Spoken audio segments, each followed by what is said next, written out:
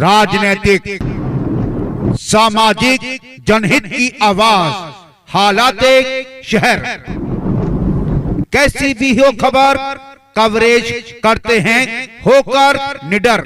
कुमाऊं विश्वविद्यालय क्या कहते हैं अपनी मनमानी करने में उतारू है। हमने कई बार शांति वार्ता करके ज्ञापनों के माध्यम से कुमाऊं विश्वविद्यालय से रिक्वेस्ट के माध्यम से भी अपनी कोशिश करनी चाहिए कि बच्चों की जो एग्जामिनेशन की तिथि है विस्तारित जाए।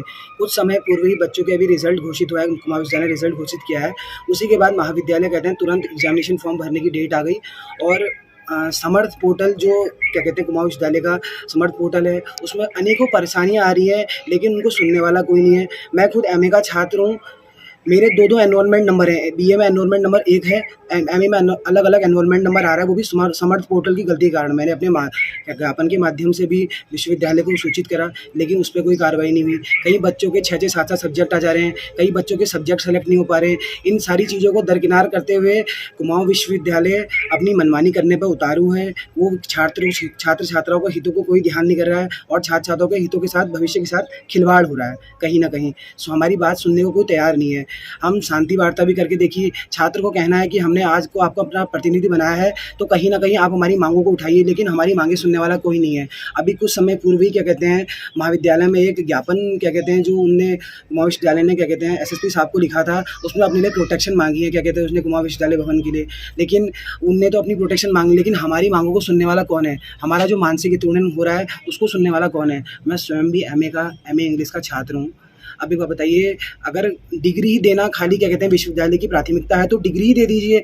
अगर हमें कुछ आएगा ही नहीं तो उस डिग्री का फायदा क्या? जब ज्ञान नहीं होगा तो हम क्या करेंगे?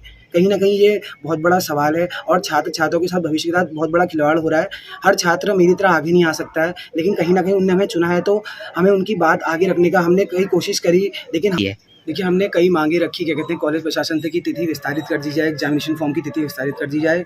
और हमने कहा क्या कहते हैं पहले बच्चों का क्लासेस कंडक्ट कराया जाए, उनका सिलेबस पूरा कराया जाए, कहीं ना कहीं उन्हें कुछ समय दिया जाए कि वो अपना प्रिपरेशन कर पाएँ, उसके बाद एग्जाम कराया जाए। लेकिन इस बात को भी क्या कहते हैं दरकिनार करते हुए वो अपनी मनमानी करने में उतारू है। और हमारे महाविद्यालय में कई प्रकार की स्वच्छता से रिलेटेड बहुत सारी दिक्कतें हैं, वॉशरूम साफ़ नहीं है।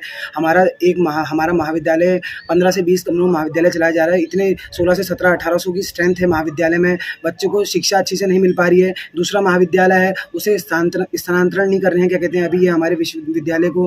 कहीं ना कहीं इन सारी मांगों से बच्चे के भविष्य का खिलवाड़ हो रहा है।